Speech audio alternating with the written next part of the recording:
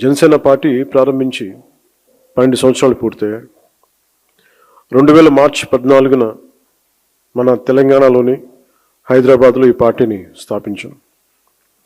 అప్పట్లో ఇది తెలుగు రాష్ట్రాల ఉమ్మడి రాజధానిగా ఉండేది. తెలంగాణలో జనసేనను ప్రారంభించినప్పుడు కేవలం ఒకే ఒక నిబద్ధత మాత్రమే ఉంది. అది మన దేశాన్ని బలోపేతం చేయటం, దేశ సమగ్రతని కాపాడటం, దేశ సమగ్రతకు కలిగించే ఎలాంటి విభజన శక్తులకైనా వ్యతిరేకంగా పోరాటం. దేశ సమగ్రత, దేశ శ్రేయస్సు తప్ప జనసేన స్థాపించినప్పుడు వేరే ఏ ఆలోచన నా మనసులో లేదు. కనీసం అధికార వస్తుందో లేదో కూడా తెలీదు. ఎందుకంటే అసలు ఆ రోజున అలాంటి ఆశ కూడా లేదు. 2014 సాధారణ ఎన్నికలకు కేవలం 2 నెలల ముందు మాత్రమే మనం ఈ పార్టీని స్థాపించాం. కానీ ఈ 12 ఏళ్ల ఈ ప్రయాణంలో, ఒక పుష్కర కాలంలో చాలా పోరాటాలు చేశాం, చాలా పరాజయాలు ఎదుర్కొన్నాం, ఆశలు కోల్పోయిన సందర్భాలు ఉన్నాయి.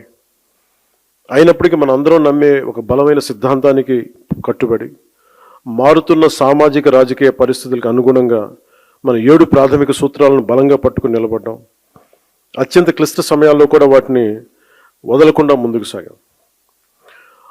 మారుతున్న రాజకీయ పరిణామాల్లో ఒక నిర్దిష్టమైన ఆచరణాత్మక విధానంతో మనం దాదాపు 21 ఎమ్మెల్యే స్థానాలని, 3 ఎంపీ స్థానాలని మరియు ఇంక్లూడింగ్ రీసెంట్ రాజ్యసభతో పాటు కలిపి 2 ఎమ్మెల్సీ స్థానాలని ఈ రోజున సాధించగలిగాం.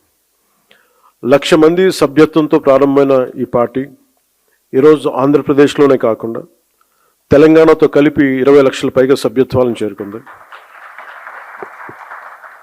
ఇటీవల కాలంలో పార్టీ వైపు ప్రజల నుండి, మిగతా రాష్ట్రాల నుండి, ప్రాంతాల నుండి ఈ భావజాలానికి ఆకర్షితులై, ఈ పోరాట పటిమకు ఆకర్షితులై కర్ణాటక నుండి వచ్చిన కొన్ని వేల మంది కావచ్చు, కేరళ, తమిళనాడు నుండి వచ్చిన కొన్ని వందల మంది కావచ్చు. మనం నమ్ముతున్న సిద్ధాంతం బలపడుతోంది. అది దేశంలోని వివిధ ప్రాంతాల ప్రజలను కలుపుతుంది అనడానికి ఇదే చిన్న నిదర్శనం.